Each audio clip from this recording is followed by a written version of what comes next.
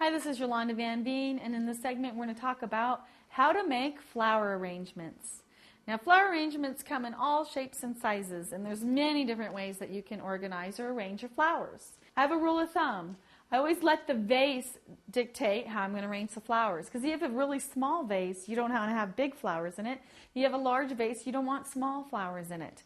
So when you're making a flower arrangement, always decide on the arrangement based on the vase. And I always say less is more. For example, if it's just a small vase, just by having a gloriosa lily in the vase itself, that's generally enough. You can always add a calla lily as well. You'll find that simple is always more. And if you have a larger vase, my rule of thumb is to always go in groups of 3. So you want at least 3 of any one plant in there. So for example, this will be 3 gladiolus as my base. And then I'm going to have some agapanthus. So you have odd numbers. For example, this is going to be 5 agapanthus. And it'll fill in very nicely. But you always want to make your arrangements quite simple, because you don't want to overwhelm the arrangement by too many flowers, because they won't show. And you can always add some in the middle and have some filler as well.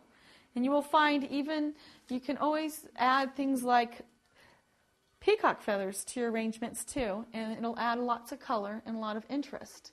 So you don't have to be too strict with your flower arrangements. It's always fun to add a little bit of artwork or sculpture or feathers in with them, and they'll add a lot to it. So flower arrangements can come in tall or short, and I always make them last longer by taking out the flowers as they pass.